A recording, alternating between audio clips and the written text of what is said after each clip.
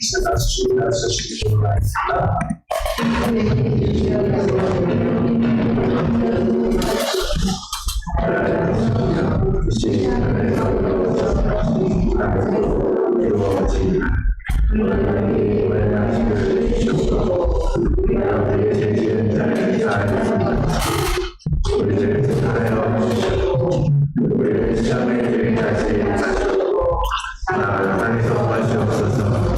나라와 권세와 영광으로 아버지의 영원히 싸움나이다. 아멘. 다시 찬송가 222장 찬양하겠습니다.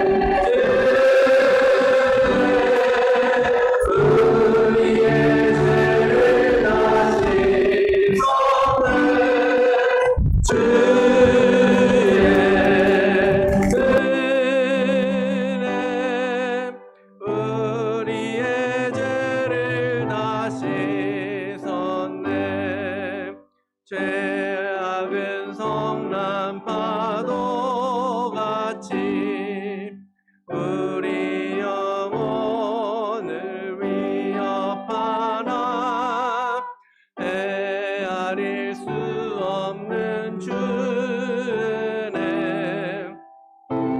자가에서 보이셨네.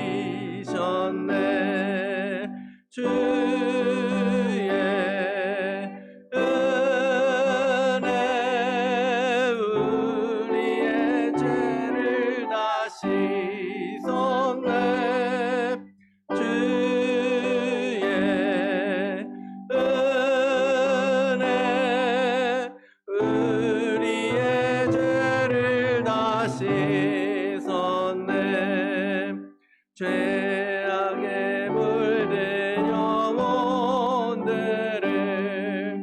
주께서 피로 씻으셨네. 지금도 흐르는 금보다 너희게 씻으라.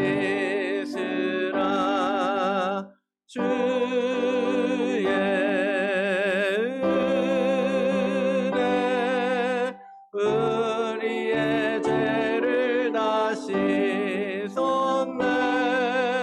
주의 은혜 우리의 죄를 다 씻었네. 피할 수 없는 그 은혜를 믿는 자에게 거저주네. 형제여 주 앞에 나와서 거짓죄 말고 곧 받으라. 주의 은혜 우리의 죄를 다 씻었네. 주의 은혜 우리의 죄를 다 씻었네. 아멘. 인양의 사모님 우리 위해서 기도 인도해 주시겠습니다. 기도드리겠습니다. 사랑의 하나님 감사합니다. 모든 것이 하나님의 사랑이 아니었으면 우리 내 인생에는 소망이 없었을 것입니다. 우리를 사망의 권세에서 자유케 하여 주심을 감사드립니다. 우리를 양자 삼아 주셔서 아빠 아버지라 부를 수 있게 하여 주셔서 감사드립니다. 하나님 아버지의 그 사랑에도 불구하고 우리의 마음은 간사하여 하나님 아버지의 자녀로 아버지의 이름을 영화롭게 하기보다 그 이름을 땅에 떨어뜨리고 있는 죄인 중에 개수입니다. 주님, 저희들의 죄를 용서해 주시고 불쌍히 여겨 주시어서 긍휼함으로 부어 주시옵소서. 하나님 아버지, 우리가 이 사순절 기간에 더욱 마음을 다해 회개하며 통회할 수 있도록 회개의 영을 부어 주시옵소서. 주님 앞에 무릎으로 눈물로 가슴을 찢는 회개를 하게 하시어 주님이 부활하신 것처럼 우리의 잠자고 있는 영이 깨어나고 다시 소생케 되는 40일의 여정이 되게 하여 주시옵소서. 세상은 이런 세상 저런 세상으로 변한다 해도 살아계신 하나님의 아버지는 변하지 않습니다. 또한 말씀도 변하지 않으십니다. 이것을 믿는 우리 하나님의 백성들이 말씀 되시는 우리 주 예수 그리스도를 따라 주님의 영을 우리의 영에 부어 주시옵소서. 아무리 바이러스가 창궐하고 전쟁이 나고 비가 많이 와서 우리의 삶을 위협할지라도 우리들은 안주하지 않으며 더욱 목마른 사슴같이 하나님 아버지를 더욱 갈망할 것이며 더욱 사랑하겠습니다. 더욱 경외함으로 나아가겠습니다. 우리가 양식이 아닌 것을 위하여 배부르게 하지 못할 것을 위하여 수고하며 애쓰지 않게 인도하여 주시고 늘 항상 깨어있어 성령님의 음성을 듣게 하시고 아니라고 간사한 세상을 잘 분별하여 더욱 뱀 같은 지혜로 이 땅에서 삶을 게으르지 않고 충실한 일꾼으로 삶을 감당할 수 있도록 인도하여 주시옵소서. 내게 듣고 들을지어다. 그리하면 너희가 좋은 것을 먹을 것이며 너희 자신들의 기름진 것으로 즐거움을 얻으리라 하신 말씀처럼 우리 다드림교회가 말씀을 듣고 먹음으로 머리의 지식이 아니라 우리의 가슴이 뜨거워지고 더욱 지혜로 넘쳐나게 하여 주시옵소서. 메마른 영이 더욱 기름지게 되고 우리의 속사람이 하나님 아버지의 말씀으로 더욱 즐거워하고 성장하게 하여 주시옵소서. 우리가 성령님의 영으로 가난한 자에게 아름다운 주의 소식을 전하게 하여 주시옵소서. 주의 이름으로 나아갈 때 마음이 상한 자를 서로 위로하고 고치며 포로된 자에게 자유를, 갇힌 자에게 노임을 선포하게 하여 주시옵소서.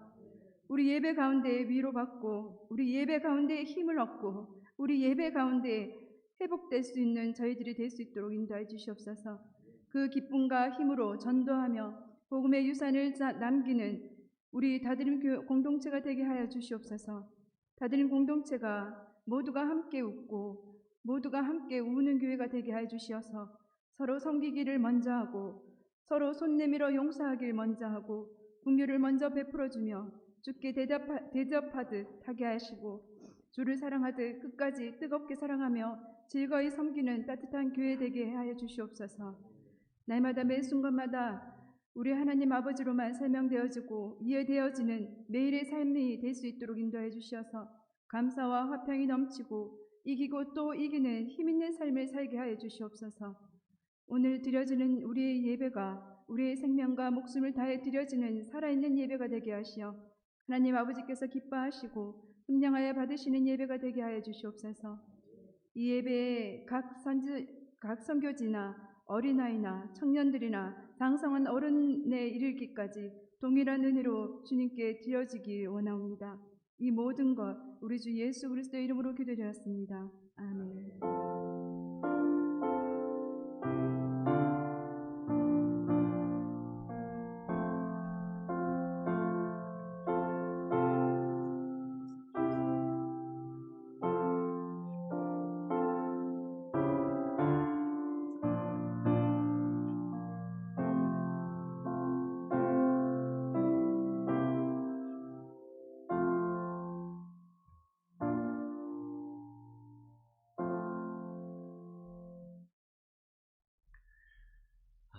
네, 오늘 하나님 주시는 말씀 보겠습니다. 요한복음 5장 말씀입니다.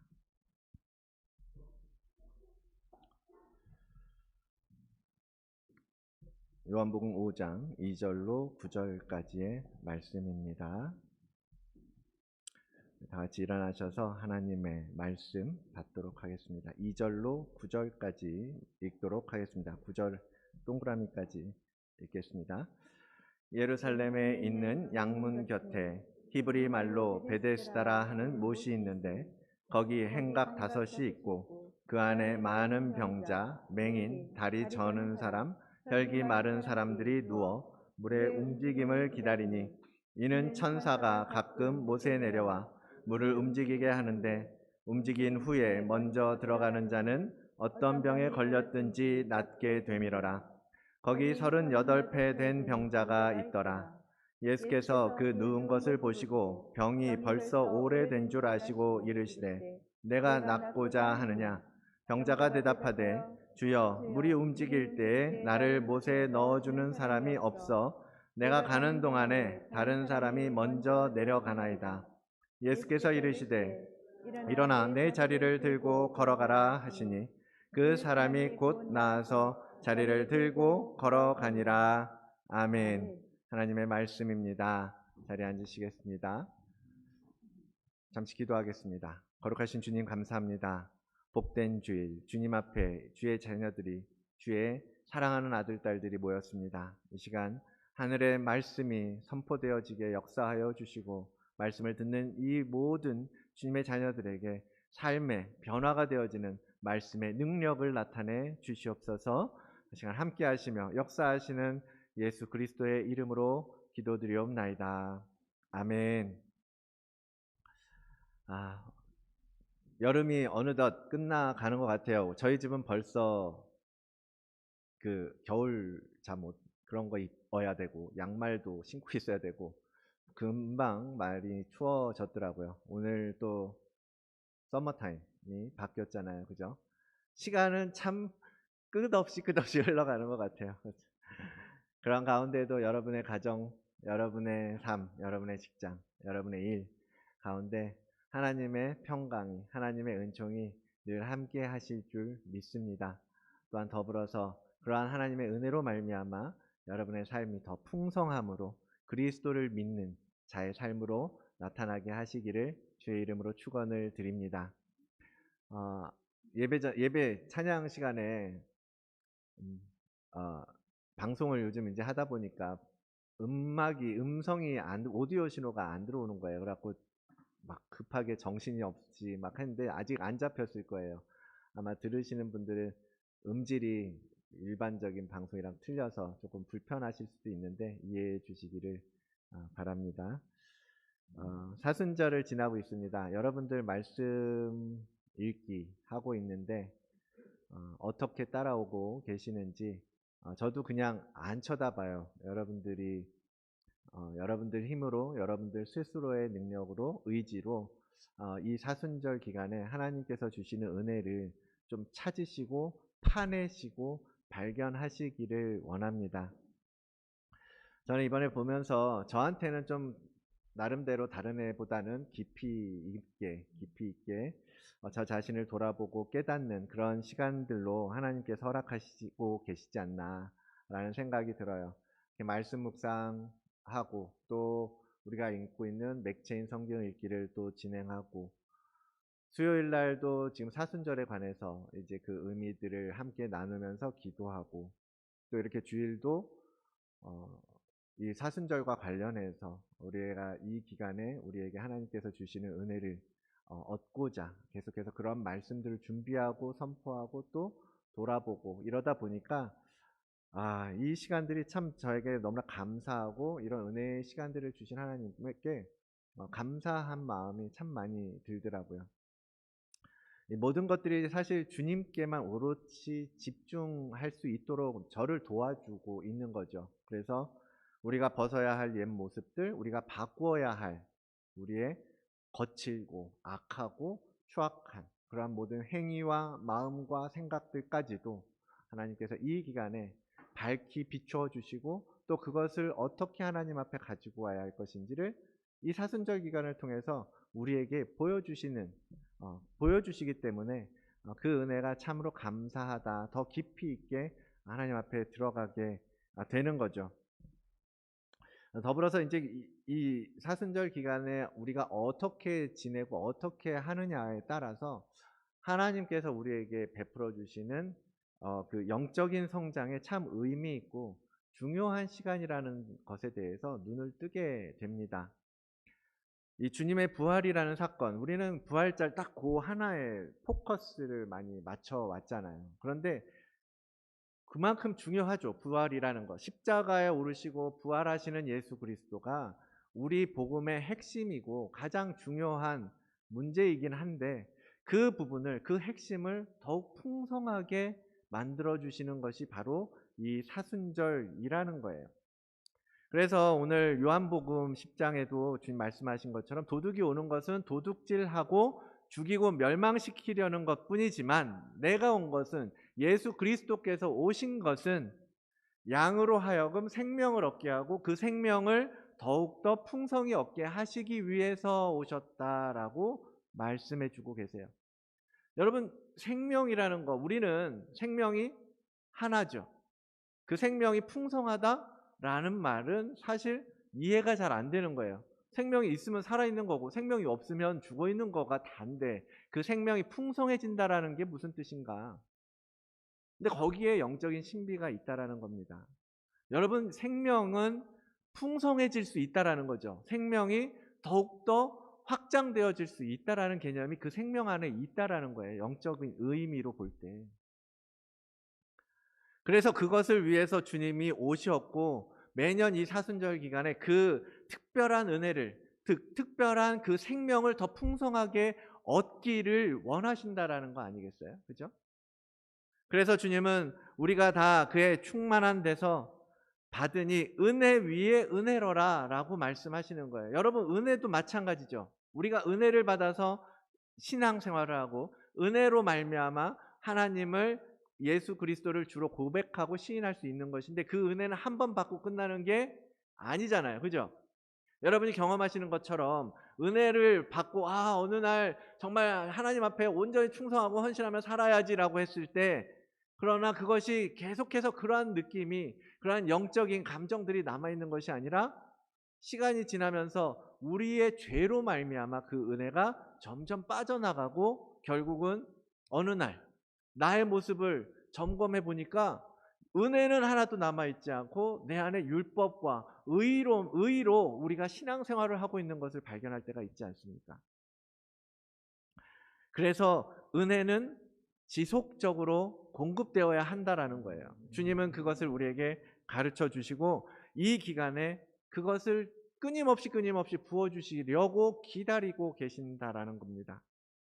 그래서 우리는 그 주님으로부터 은혜를 충만하게 이 기간에 받고 그것을 저장하고 우리 영 속에, 우리 마음 속에 쌓아두고, 그래서 한 해 그 은혜를 가지고 또 살아가고 씨름하고 영적인 전쟁을 해나가고 그렇게 한 해를 또 지나가는 그러한 루틴, 패턴으로 우리가 하나님의 절기를 준비하고 지내야 한다라는 것입니다. 그래서 이 시간에 우리의 영이 충분한 영적인 에너지를 받는 거죠. 하나님의 말씀으로부터, 하나님의 은혜로부터 그러한 에너지를 공급받고 그러한 풍성하게 하시는 생명을 얻게 되면 마치 우리 어린아이들이 성장판이 열려져서 어느 날 갑자기 보면 갑자기 아이가 키가 쑥쑥 자라고 무게가 늘어나고 몸무게가 늘고 뼈가 굵어지고 막 그런 것처럼, 그런 성장을 보는 것처럼 우리의 영에 어느 순간 영적인 성장판이 열려지고 모든 막혀있던 것들이 열려지고 하나님과 소통되지 못했던 것들이 열려지면서 영적인 성장에 갑자기 훅 들어갈 수 있는 기회가 있다, 우리에게 허락되어진다라는 거예요. 그래서 초대교회 교부들은 이 사순절을 영적인 계절로 볼 때 봄의 계절이다라고 생각을 했습니다. 봄이라는 거예요. 그래서 겨우내 이 씨가 싹트고 움트기 위해서 그 차가운 흙 속에서 기다리고 인내하다가 봄이 왔을 때 새순을 틔우고 우물 틔우고 싹이 나고 잎이 나고 가지가 뻗는 것처럼 이 계절에, 사순절의 계절에 우리의 영도 그렇게 성장할 수 있는 밑바탕을 준비하는 시간이라는 것입니다. 여러분, 우리의 영 또한 이 깨어나서 정말로 생명을 받는 시간으로 이 사순절을 이제는 매해 그냥 아무 느낌 없이 그냥 또 사순절이네 이렇게 40일 뭔가 이렇게 그런 것이 아니라 정말 이 기간을 여러분이 깨어나서 여러분에게 정말 유익한 여러분의 영을 풍성하게 성장할 수 있게 성장하게 하는 만드는 그런 시간으로 만들어 가시기를 원합니다. 오늘 본문에 나오는 병자, 그 병자의 이야기 또한 그렇게 새로운 생명을 받는 장면이잖아요. 그렇죠? 이 사건은 전적인 하나님의 은혜를 힘입어서 새 생명을 받는 사건입니다. 우리가 구원을 받는다라는 것, 우리가 은혜를 얻는 것, 생명을 얻는 것은요, 아시는 것처럼 오로지 하나님의 주권에 의해서 이루어진다라는 것을 오늘 이 사건은 너무나 명확하게 우리에게 보여주고 있습니다. 오늘 이 치유 사건의 배경은 어떻습니까? 예루살렘 양문 곁에 베데스다라는 연못가에 있었던 일이에요. 그죠? 그 연못 주변에는 5개의 행각이 있었습니다. 그 5개 행각에요, 수많은 병자들이 모여 있었어요. 너무나 많은 사람들이 거기에 모여 있었다라는 거죠. 그 사람들이 왜 거기에 모여 있었을까요? 그만큼 그곳에는 많은 사람들이 들고 나기 때문에 사람들에게 도움을 받기가 용이했고 쉬웠던 것이고, 또 오늘 본문 3절 4절에 이야기하는 것처럼 물이 동할 때에 먼저 그 연못에 들어가면 병이 낫더라라는 그러한 이야기가 있었기 때문에 많은 사람들이 나도 한번 물이 움직일 때 들어가 봐야지 하고 거기에 모인 거예요. 그러한 이유로도 많은 사람들이 그 베데스다 연못 주변에 그 행각에 모여서 어떤 사람들은 누워있고 어떤 사람들은 앉아있고 어떤 사람은 정말 시끌벅적하게 막 소리치고 부르짖고 사람들에게 구하고, 아마도 병원 응급실 그 이상의 정말 북적북적하고 복잡복잡하고 정신없는 공간 아니었을까라고 생각이 돼요. 그러한 상황 가운데 거기에 한 사람, 38년 동안 병을 지내며 질병 가운데 살면서 그곳에 누워 있었던 한 사람이 있었던 것입니다. 여러분, 38년 동안 병으로 고생을 했다. 상상하기 어려워요. 상상하기 어려워요. 많은 부분들이 부모님이 이제 마지막 돌아가실 때 이제 여러 해 동안 질병 병치레를 하기도 하고 그렇지만, 아무리 그래도 38년 동안 병든 사람을 내가 경험할 수도 없고 상상할 수도 없고 이해하기도 어렵습니다. 그러나 그냥 상상해 보기는 정말 얼마나 힘든 시간들이었을까. 그냥 그 정도밖에. 얼마나 고통스러운 시간이었을까. 그만큼밖에 우리는 상상할 수가 없어요. 그 38년 된 병자 어떤 상태였겠습니까? 정신적으로도 완전히 피폐하고 완전히 망가져 있는 상태 아니겠어요? 아무런 소망도 없고 절망 가운데에서 아무도 나를 돌봐주는 사람도 없고 나에게 어떤 기회도 없고 어떠한 나에게 내가 이 상황을 바꿀 수 있는 그 무엇도 아무것도 없는 상태. 그렇게 1년, 2년이 아니라 38년, 38년. 거의 40년 가까운, 60세 된 사람이라도 40년이면 3분의 2요. 70세, 80대 된 사람이라도 40년이면 절반 이상의 인생을 아무 소망 없이 누워있던 그 사람. 그 사람에게 주님이 오늘 물어보시잖아요. 내가 낫고자 하느냐? 내가 낫고자 하느냐? 라고 질문하실 때 그의 대답은 얼마나 처참합니까? 물이 움직인다고 해도 나를 못에 넣어주는 사람이 없더라. 내가 내 힘으로는 도저히 갈 수가 없고 다른 사람이 먼저 내려가나이다. 나는 기회가 없어요. 나는 내 인생에는 아무 소망이 없어요. 아무에게도 나는 그냥 죽지 못해 사는 목숨입니다. 라고 말하는 거예요. 그러니까 그에게는 이 베데스다의 기적도 사실 아무 의미가 없는 거예요. 그냥 그 앞에 살던 대로 그냥 그는 누워있을 뿐입니다. 그러니까 낫고 싶냐고 물어보셔도 그가 할 수 있는 말은 그렇게 절망적이고 그냥 밑바닥까지 떨어진 그의 자존감, 그것밖에는 말할 게 없는 거예요. 이 38년 된 병자. 여러분, 그 사람이 바로 나라는 것. 그 사람이 바로 여러분이라는 것을 아십니까?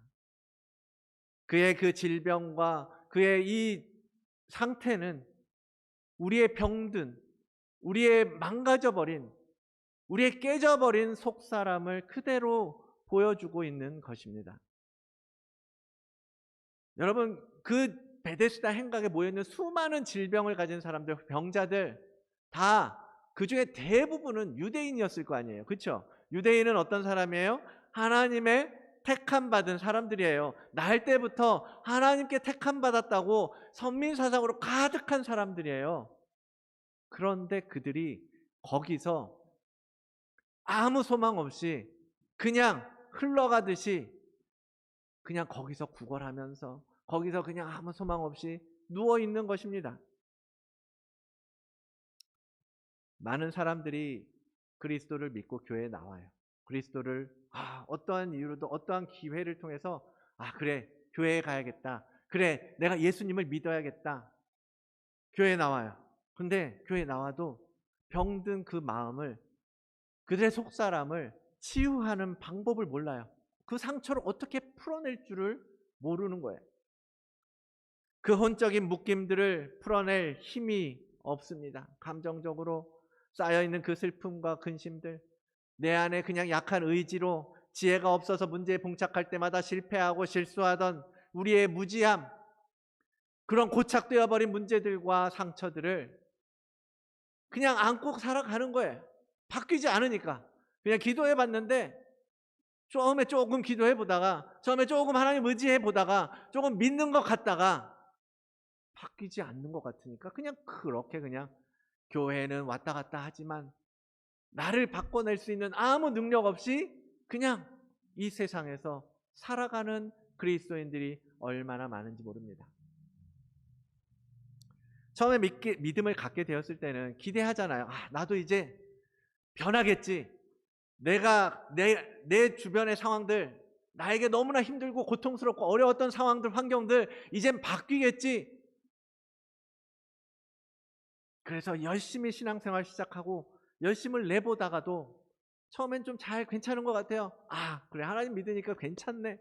그런 것 같아요. 그런데 그러다가도 오히려 더 힘든 난관에 봉착하게 되고 삶의 문제는 여전히 똑같이 남아있고 세상 사람들과 똑같이 고난받고 고통스럽고 힘들고 어려운 상황을 우리도 똑같이 경험하더라는 거예요. 그러면서 어떻게 돼요? 점점 하나님은 소망이신데 라는 그 소망이 점점점 희박해지고 미약해지고 사라져가고 지워져가고 그렇게 된다라는 것입니다. 누구에게나 그렇게 풀리지 않고 해결되지 않는, 변하지 않는 문제들이 있잖아요. 성격, 욕심, 죄의 문제들, 가족 간의 문제들, 형제 간의 문제들, 사람들과의 관계, 수많은 문제들, 그런 것들이 오늘 본문 가운데 등장하는 이 38년 된 병자가 가지고 있는 오래된 병과 같은 상태로 우리 안에 담겨져 있다라는 것을 말씀은 우리에게 가르쳐주고 계시는 것입니다. 그런데 사람들이 그런 거죠. 그런 것들을 막 계속 부딪혀 올 때, 그리고 점점 포기하면서 뭐예요? 이게 내 십자가인가 보다. 그냥 나는 이렇게 살다가 이렇게 그냥 구원받나 보다. 나는 더 이상 변화될 기회가 없나 보다. 바뀌지 않나 보다. 나는 이 죄를 그냥 끝까지 가지고 갈 수밖에 없나 보다. 그러면서 포기해버리는 거죠. 1년, 2년 그러한 성격들을 바꿔보려고 하다가도 10년, 20년, 38년이 되어가면서 이제는 아무런 소망도 없고 그렇게 그냥 그러려니 하면서 남들처럼 그냥 물가에 앉아서 이 연못은 언제 움직이나, 이 기회는 내 몸이 나을 기회는 언제쯤 내게 주어지나, 그냥 그렇게 기다리는 병자들의 모습처럼 우리가 세상을 살고 있는 것은 아닙니까? 우리의 속사람이 그렇게 약한 거예요. 우리의 속사람이. 우리의 내면이요. 우리 내면의 문제들을 우리가 어떻게 할 수가 없고 그걸 어떻게 할 줄을 모르고 해결할 방법을 모르는 거예요. 그만큼 우리의 속사람이 연약하게 우리는 믿음 생활을 하고 있다라는 것입니다. 사랑하는 여러분, 그래서 주님이 오신 거예요. 그렇기 때문에 주님께서 이 땅에 오셔서 여러분들을 만나 주시려고, 여러분들의 그 문제를 해결해 주시려고 오셨다라는 것입니다. 아멘입니까? 주님께서 예루살렘에 오셨어요. 성전 주변에 베데스다 연못가에 방문하셨습니다. 거기엔 수많은 병자들이 있었습니다. 그 중에서 특별히 주님은 이 사람 38년 된 이 병자에게 다가오셨어요. 그것이 바로 은혜 아닙니까? 여러분에게 지금 주님께서 특별하게 오셔서 지금 말씀하고 계시는 것입니다. 여러분, 하나님의 은혜는요, 한계가 없어요. 38년 된 질병, 노 프로블럼입니다. 아무도 고칠 수 없는 질병, 아무도 어떻게 할 수 없는 문제일지라도요, 하나님의 은혜가 우리 가운데 임하면, 우리 삶 가운데 지배하게 되면 여러분, 그것은 회복되고 치유될 수 있습니다. 그 어떤 문제에도 하나님의 은혜는 우리의 삶의 능력이 되는 줄로 믿습니다. 그러므로 우리는 하나님의 은혜를 구하면서 그 은혜가 내 삶을 지배하시기를 구해야 하는 것입니다. 데살로니가전서 5장 23절의 말씀, 평강의 하나님이 친히 너희를 온전히 거룩하게 하시고, 하나님께서 너희를 온전히 거룩하게 하시고, 또한 너희의 온 영과 혼과 몸이 우리 주 예수 그리스도께서 강림하실 때에 흠없게 보존되기를 원하노라. 사도 바울이 간구합니다. 너희의 온 영과 혼과 몸이 주 앞에서 온전케 될 수 있다라는 것입니다. 하나님의 은혜는 오늘 우리가 느끼는, 우리의 눈으로 바라보는 육신의 질병과 혼의 문제와 우리의 삶의 환경과 상황을 바꿀 수 있지만, 그것뿐만 아니라 그 하나님의 은혜는 오늘 우리의 타락한 혼으로 말미암아 하나님과 끊겨버린, 하나님의 은혜가 임할 수 없는 그 혼노의 문제들도 능히 고치고 회복하고 치유하실 수 있는 것이라는 것을 여러분 이 시간에 기억하시기를 원합니다. 그래서 질병이 고침받고 회복되고 치유되는 것, 그것도 복이죠. 근데 그것만이 복이라고 여기게 되고 그것을 위해서 기도하게 되는데요, 사실 하나님의 능력은 그보다도 훨씬 크고, 육신의 문제는 사실 굉장히 작은 부분이라는 거죠. 정말 중요한 것은 그렇게 타락으로 말미암아 죽어버린 우리의 영, 하나님께서 우리에게 친히 불어넣으신 생기, 그렇지만 에덴 동산에서 쫓겨나는 순간에 끊어져 버린 그 영적인 호흡 또한 하나님은 능히 살리시는 분이심을 믿으시기 바랍니다. 그런데 우리는 자꾸 눈에 보이는 데만 그냥 자꾸 초점을 맞추는 거예요. 거기에 하나님의 능력을 거기에만 국한시키는 거죠. 몸이 아프고 힘들고 여러 가지 상황들이 너무 나를 불편하게 하고 참기 어렵고 고통스럽고, 그래서 그것도 하나님께서 고쳐주시면 더할 나위 없이 감사한 일이겠지만, 그것보다도 혼의 문제를 풀어주셔서 우리의 혼이 정결하게 그리고 순결하게 그리스도의 신부의 모습으로 그리스도와 함께하기에 합당한 깨끗하고 흠없는 혼으로 회복되어지는 것이 더 중요하지 않겠습니까? 그러니까 주님은 두 눈을 가지고 지옥에 가는 것보다도 눈이 하나 없어지더라도 천국에 가는 것이 더 낫다라고 주님이 말씀하시는 것이고요. 육신의 시간 100년, 그거보다는 우리의 영원한 하나님의 택정함이 더 중요하지 않습니까? 우리는 이 땅을 딛고 사는 육신에 갇힌 존재이긴 해서 눈에 보이는 것을 무시하고 완전히 극복하는 것 사실 너무 힘들고 어려울 수 있어요. 어렵지만 그렇다고 해서 우리가 베데스다의 기적만을 바라면서 내가 오늘 살아가는 이 시간이 이 질병에서 벗어나서 이 환경에서 벗어나서 그냥 사람답게 살고 싶다라고 하는 그 수준에서의 기적을 구하기보다는요, 정말 완전한 구원자로 오신 예수 그리스도를 꼭 붙잡는 믿음이 더욱 우리에게 필요하다라는 것입니다. 여러분, 주님은 그 모든 상황들을 다 아시고 지금 우리에게 오시는 거예요. 병자에게 다가가고 계시는 것입니다. 오늘 본문도 그렇죠. 예수께서 그 누우신 것을 보시고 병이 벌써 오래된 줄 아신 거예요. 뭘 아셨다라는 거예요? 그 사람의 질병이 무엇이고 그 사람이 얼마나 그것 때문에 고통받았고 그 사람의 육신의 문제가 얼마나 그를 힘들게 해왔던 것, 그런 부분들을 아셨겠죠.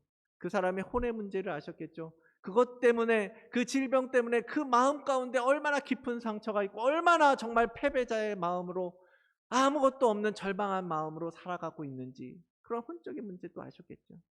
영적인 문제도 아셨겠죠. 그 사람의 영에 이제는 더 이상 소망이 없고 예수 그리스도를 만나도 예수 그리스도를 알아볼 수 없고 예수 그리스도께서 선포하셔도 그 말씀 앞에 믿음으로 반응할 수 없는 완전히 죽어버린 그 영의 모습도 주님은 아시고 계신다라는 거예요.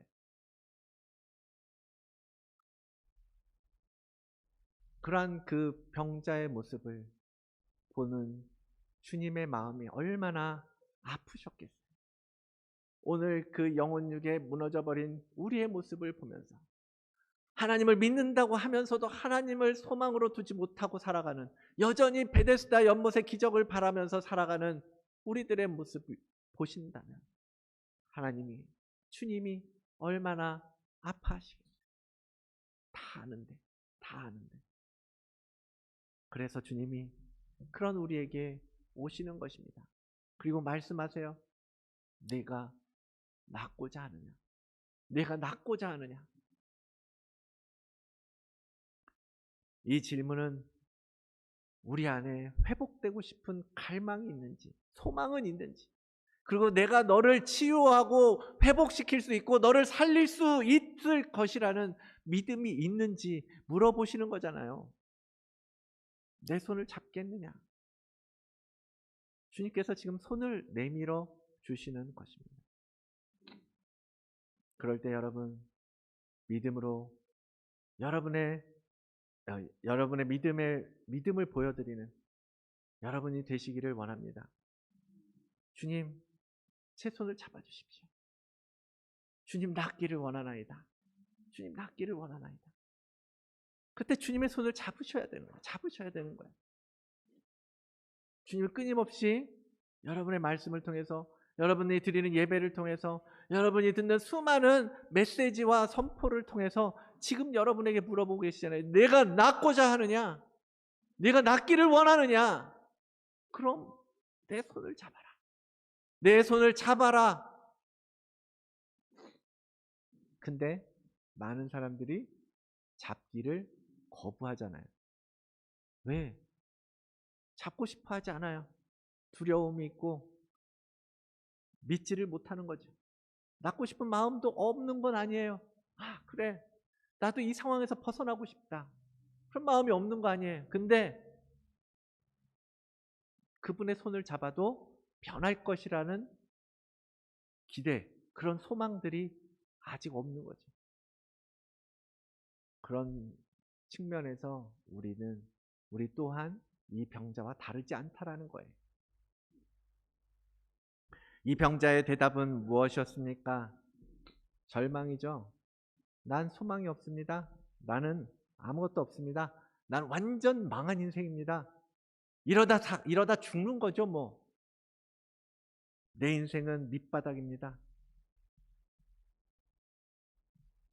병자의 마음은 이미 정말 처절한 패배자의 모습이었던 거예요. 마치 우리가 보았던 돼지우리 가운데에서 쥐엄 열매를 먹는 탕자의 모습처럼 오늘 이 병자의 모습도 완전 밑바닥으로 그냥 그렇게 살아가는 사람이었던 겁니다. 놀라운 것은 이렇게 어떤 믿음을 보여주지 못하잖아요. 그에게 지금 믿음이 있는 것 같아요? 믿음도 없고 의지도 없고 갈망도 없고 소망도 없고, 심지어는요, 본문 뒤를 보면 이 사람 예수님을 알지 못하는 사람이에요. 예수님에 대한 소문도 들어본 적이 없는 사람이에요. 그가 누군지도 모르는 사람이에요. 그런데 그에게 주님은 오늘 본문에 일어나 내 자리를 들고 걸어가라, 내 자리를 들고 걸어가라 하고 말씀하시는 거예요. 여러분, 우리 함께 선포해 봅시다. 내 자리를 들고 일어나라. 시작. 내 자리를 들고 일어나. 아멘. 여러분, 인간적으로 볼 때, 상식적으로 볼 때 38년 동안 누워있던 사람이에요. 그 사람이 어떤 질병으로 어떤 상태에 있는지 모르지만 38년 동안 누워있던 그 사람에게요, 주님이 오셔서 내가 고쳐줄게, 네가 낫기를 원하느냐? 그러면 인간적으로 봤을 때 그냥 천천히 좀, 자, 먼저 한번 좀 일어나 앉아봐라, 그래, 한번 서봐라, 어떠냐, 좀 움직일만 하냐, 힘이 좀 나니? 뭐 이렇게 좀 천천히 가시면 좋겠는데, 그러면 그 사람이 놀라지 않고 그래? 이 사람이 날 고칠 수 있나? 이럴 텐데, 주님은 지금 뭐예요? 단도직입적으로 일어나 내 자리를 들고 걸어가라 라고 말씀하시는 거예요. 얼마나 놀랍겠어요. 아니, 이 사람이 병원에서 그러잖아요. 우리 위문 가면 아픈 사람한테 한번 해보세요, 할 수 있어요, 한번 이렇게 움직여보세요, 물리치료 같은 거 특히 하는 사람 한번 움직여봐, 할 수 있어요, 화이팅! 하면서 막 이러잖아. 이 환자의 생각은 전혀 하지도 않으면서 그러거든요. 근데 주님이 지금 그러고 계세요. 일어나 자리를 들고 걸어가라. 38년 동안 움직이지 않던 사람한테. 근데 그때 어떤 일이 벌어집니까? 그 사람이 곧 나아서 자리를 들고 걸어가니라. 그 사람이 곧 나아서 자리를 들고 걸어가니라. 할렐루야. 여러분, 예수님의 말씀이 떨어지니까요, 그 사람이 병이 곧 나은지라. 영어 표현으로 보니까 뭐라고 번역하고 있는지 아십니까? Immediately, instantly, at once. 단번에, 한 번에, 순간적으로 그 병이 나았다라는 거예요. 여러분, 그 느낌이 오십니까? 주님의 말씀이 살아 역사하시는 장면을 지금 기록하고 있는 거잖아요. 그리고 실제로 그 말씀대로 병자가 일어나서 자리를 들고 걸어갑니다. 이 장면을 보면서 우리가 기억할 것은요, 첫째는 구원의 주체는 오직 하나님이시라는 거예요.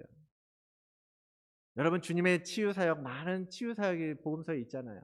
그 복음서의 치유사역의 많은 부분을 보면 주로 믿음을 근거로 고쳐주시거나, 아니면 적어도 어떤 갈망, 사모함, 열망, 낫고자 하는 마음, 그런 마음들이 있는 그런 사람들을 주님은 고쳐주셨어요. 그런데 오늘 현장을 보면요, 이 사람은 아까 말씀드렸던 것도 아무 없잖아요. 믿음도 없어요. 낫고자 하는 마음도 없다니까요. 근데 예수님 정말 그를 고쳐줄 이유가 아무것도 없어 보이는 그 사람을 주님은 지금 고쳐주고 계시는 거예요. 이 사건을 통해서 하나님의 은혜는 전적으로 누구에게? 하나님에게, 하나님의 주권에 달려있다라는 것입니다. 그것을 이 말씀 속에서 극명하게 우리에게 보여주고 계시는 것입니다. 여러분, 우리가 무엇을 해서 구원을 얻을 수 있습니까? 아무것도 없잖아요. 우리가 주님의 은혜를 간절하게 구하기 때문에 주님께서 은혜를 주시고 구원을 해주시는 것입니까? 그것도 아니라는 거예요.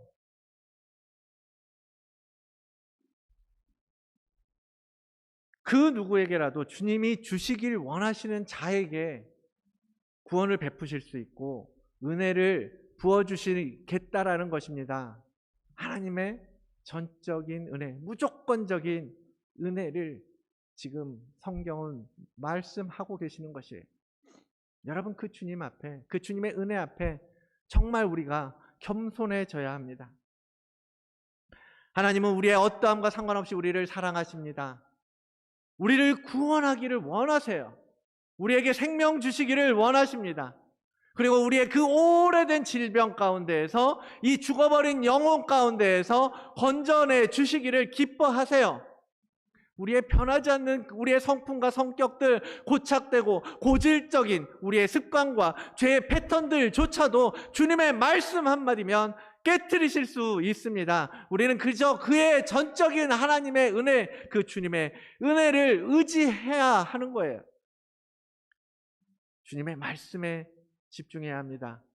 그냥 지금 어렴풋이 우리의 머릿속에서 느끼고 그냥 이해되어지는, 지식적으로 알아지는 예수 그리스도의 은혜로 살아가는 것이 아니라 정말로 그 은혜가 우리의 병들고 상처난 속사람을 완전하게 일으켜 세워주시는 능력으로 임하기를 여러분 사모하고 간절히 구하면서 나아가야 할 것입니다. 그래서 주님의 때가 될 때, 주님의 시간이 될 때 주님은 우리를 향하여 말씀하실 것입니다. 일어나 자리를 들고 걸어가라. 일어나 자리를 들고 걸어가라. 여러분, 그 말씀의 능력이 오늘 여러분의 삶에 그대로 나타나시기를 기원드립니다. 두 번째로 주님의 말씀은 능력이죠. 능력. 아무것도 가진 것도 없고 아무것도 할 수 없던 그 병자에게 주님의 말씀이 선포되어졌을 때 그가 느끼는 거예요. 그 몸이 느끼는 거예요.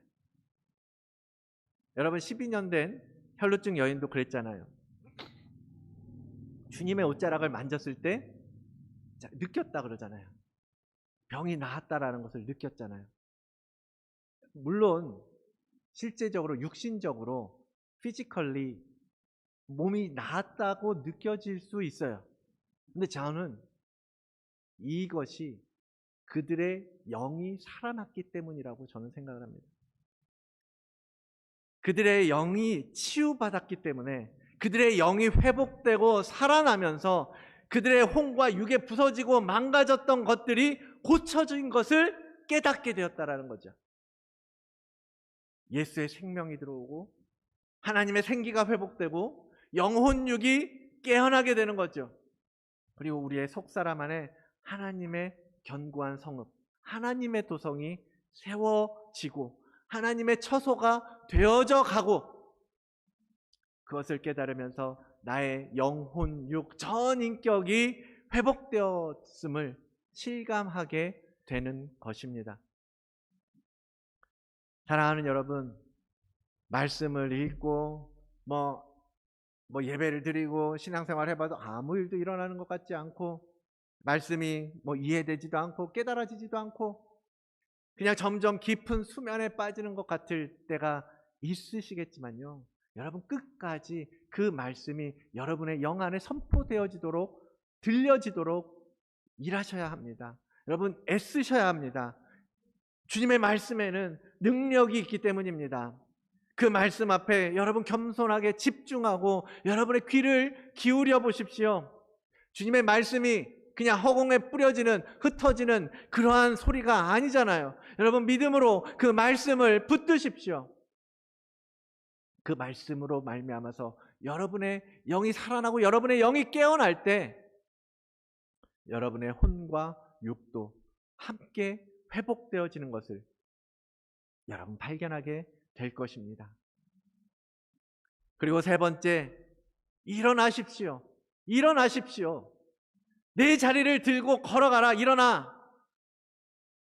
주님께서 말씀하신 대로 여러분 용기를 내서 일어서셔야 한다라는 거예요. 움직이셔야 한다라는 것입니다. 지금까지는 그저 아무것도 할 수 없이 그냥 수치의 자리, 모욕의 자리, 병든 자리, 그냥 병상에 누워 있었을지 모르지만 주님의 말씀이 여러분 들려질 때, 여러분 마음 가운데, 여러분의 심령 가운데 선포되어질 때 내 안에 일어날 알 수 없는 힘이 작동됩니다.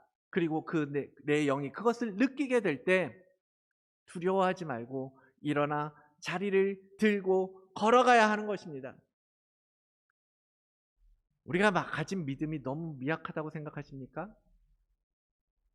그러나 그 믿음조차도 주님의 말씀으로부터 오는 거잖아요. 그분의 말씀을 들을 때 성령이 역사하심으로 그 믿음이 강화되는 것입니다. 로마서 10장 17절의 말씀입니다. 우리 함께 보이시나요? 함께 한 목소리를 읽어볼까요? 그러므로 믿음은 들음에서 나며 들음은 그리스도의 말씀으로 말미암았느니라. 아멘. 우리 다시 한번 해볼까요? 그러므로 믿음은 들음에서 나며 들음은 그리스도의 말씀으로 말미암았느니라. 아멘. 여러분, 이 병자 믿음 없었잖아요. 근데 예수 그리스도의 말씀을 들을 때에 그 안에 믿음이 들어오기 시작합니다.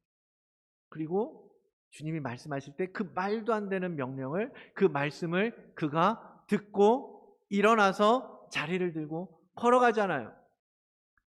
하이델베르그 요리문답 65번 질문이 그거예요. 믿음은 어디서 오는 것입니까? 라고 질문할 때 그 질문에 대해 이렇게 정리합니다. 성령께서 우리에게 믿음을 주신다. 성령께서 우리에게 믿음을 주신다. 성령께서는 하나님의 말씀과 성례를 통해서 우리에게 믿음을 주시고 강화시키신다. 믿음은 하나님의 말씀에 의해서 생산되고 성례로 확증된다. 이것을 은혜의 수단이라고 부른다. 라고 정리하고 있습니다. 여러분, 지금 우리가 믿음이 없다고 포기하고 있고 일어나지 못하고 계십니까? 주님은 그 믿음조차도 우리가 말씀 앞에 설 때, 그 말씀을 들으려고 할 때, 그 말씀을 들을 때 우리 안에 역사하게 하실 수 있습니다.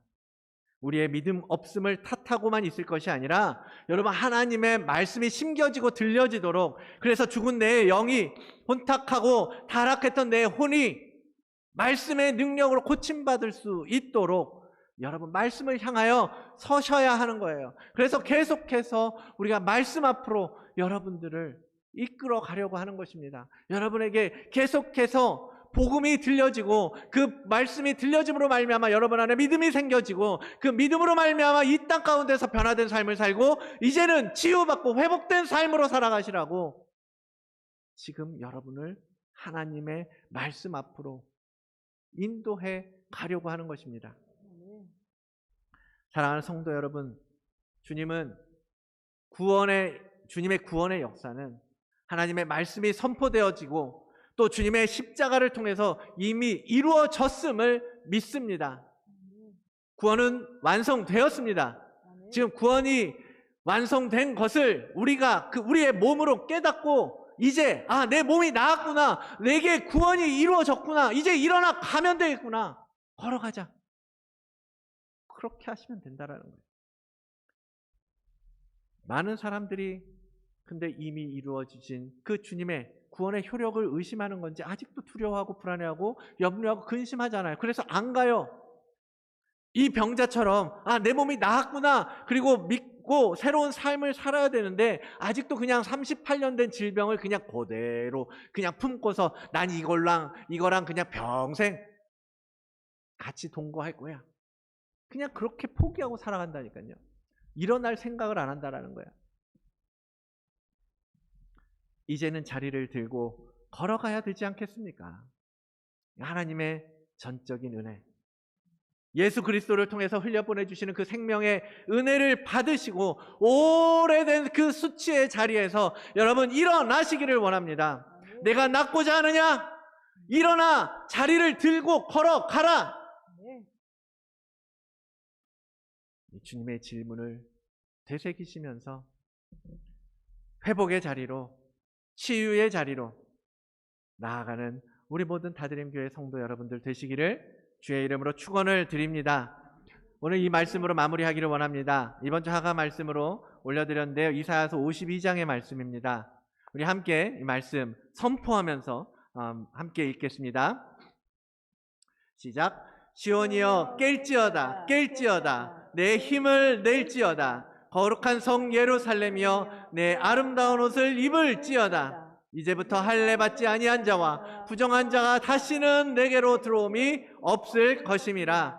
너는 티끌을 떨어 버릴지어다. 예루살렘이여 일어나 앉을지어다. 사로잡힌 딸 시온이여 내 목의 줄을 스스로 풀지어다.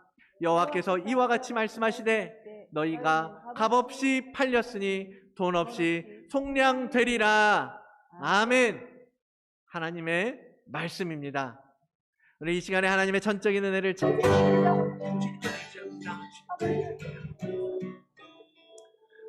아버지 감사합니다. 주님, 우리의 모습을 다시금 발견하게 하시니 감사합니다. 그렇습니다. 주님, 우리는 너무 오랫동안 편하지 않는 우리의 성품들과 너무 오랫동안 고질적으로 고착되어 버린 하나님 우리의 죄된 마음과 하나님 아버지 주님 앞에 부끄러운 수치와 모욕 가운데 있었음을 주님 고백합니다. 하나님 이 시간 그 모든 죄악된 자리를 주님 앞에서 떠나기를 원합니다.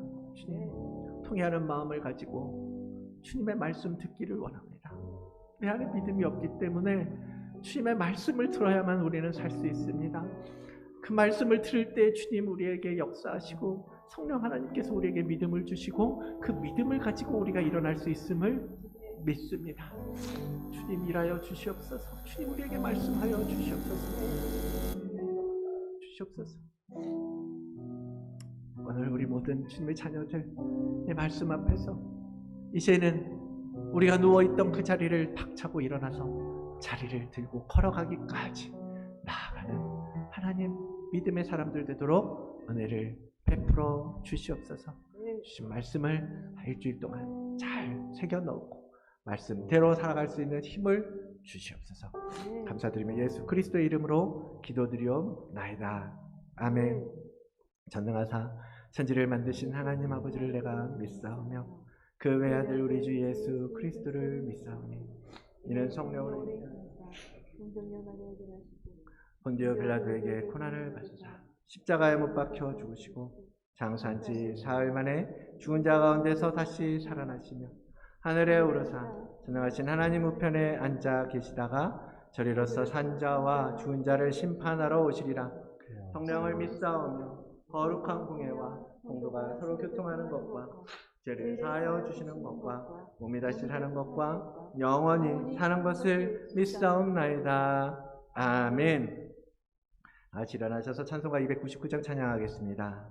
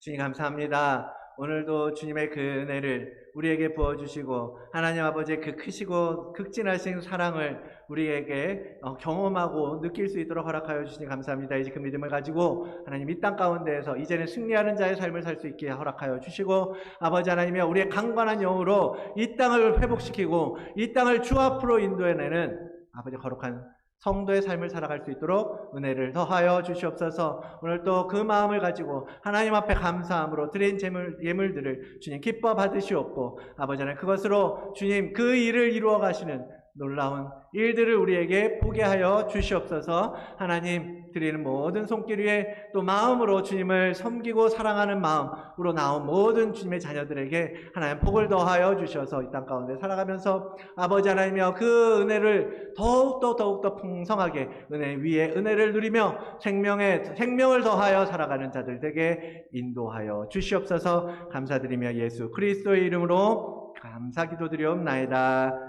아멘. 이제는 우리에게 생명을 주시기를 기뻐하시는 예수 그리스도의 은혜와 아들을 십자가에 내어 주시기까지 우리를 사랑하시는 아버지 하나님의 그 다음 없는 사랑하심과 우리를 온전케 하시는 성령님의 교통하심의 역사가 오늘 거룩한 하나님의 은혜를 사모하며 오래된 절망과 상처로 가득한 우리의 속사람을 이제는 일으켜 세우기로 결단하고 일어나 걷고자 하는 우리 다드림교회의 모든 성도들과 또한 함께 예배하는 주님의 자녀들 머리 위에, 그리고 그 가정과 일터 위에, 또한 우리가 살아가는 이 땅 호주와 우리의 사랑하는 조국 대한민국 위에 이제로부터 영원히 함께 있을지어다. 아멘.